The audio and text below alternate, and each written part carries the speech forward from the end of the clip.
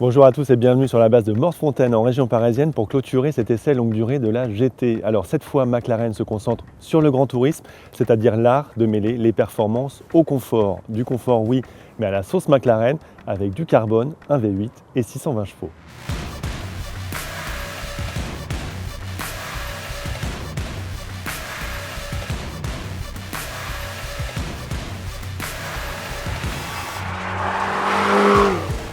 Le niveau de puissance de la GT s'intercale entre la 570 et la 720. Selon McLaren, il s'agit bien d'une gamme à part entière.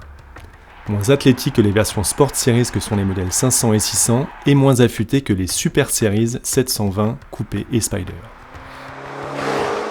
En clair, l'objectif est de trouver le meilleur compromis pour le voyage sans dénaturer les qualités reconnues de McLaren en matière d'agilité.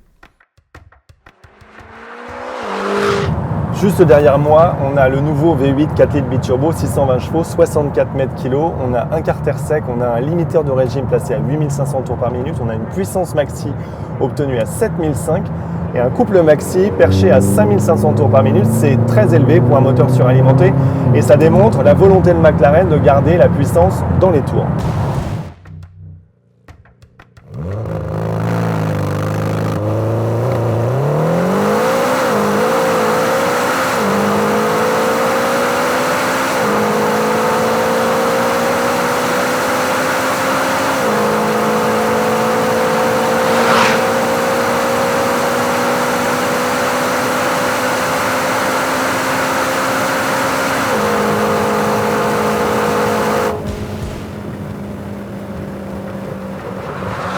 En performance, McLaren survole les débats, 0 à 100 annoncé en 3 secondes 2, 0 à 200 en 9 secondes. Une vitesse de pointe revendiquée à 326 km/h. Tout ça, c'est grâce à l'excellent rapport poids-puissance. Il faut rappeler que la GT ne revendique que 1530 kg. C'est l'une de ses principales qualités. Elle est beaucoup plus légère que la concurrence.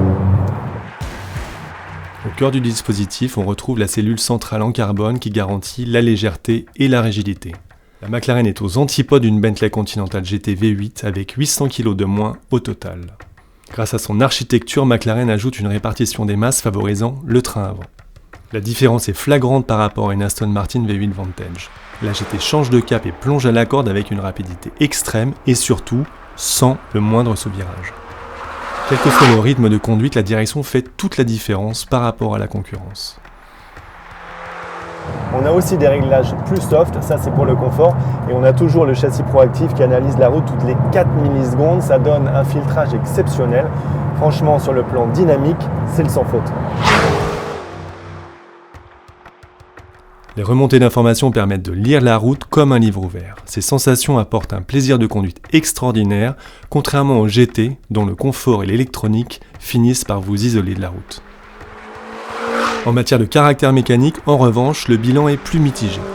Le V8 biturbo 620 chevaux marche très fort en accélération, mais ses vibrations et ses montées en régime ne sont pas aussi communicatives que sur une Mercedes AMG GTC. La sonorité est également en demi-teinte. Avec un tel pédigré, on s'attendait à ce que ça chante davantage dans les tours.